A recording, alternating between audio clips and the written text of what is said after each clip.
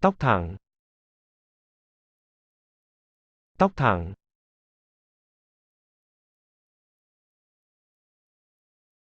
Khuôn mặt dài. Khuôn mặt dài.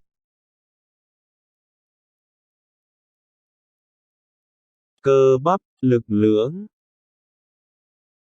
Cơ bắp, lực lưỡng.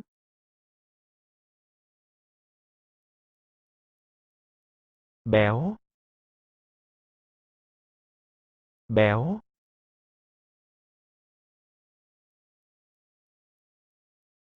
Già. Già.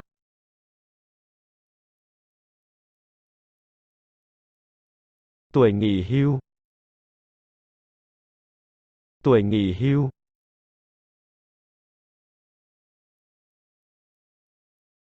Da nâu. Da nâu.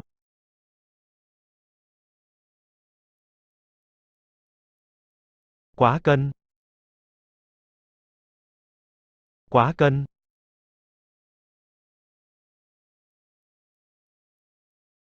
Xanh xao. Xanh xao.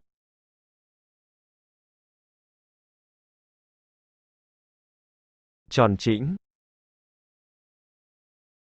Tròn trĩnh.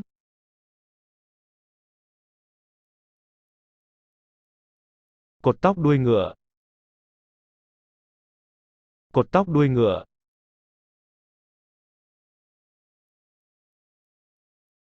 Xinh xắn.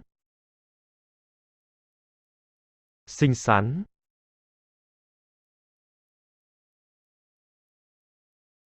Hồng hào.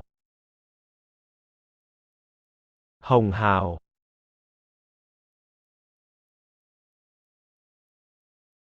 Khuôn mặt tròn.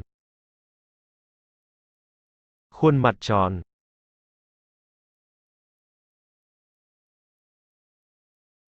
Sẹo. Sẹo.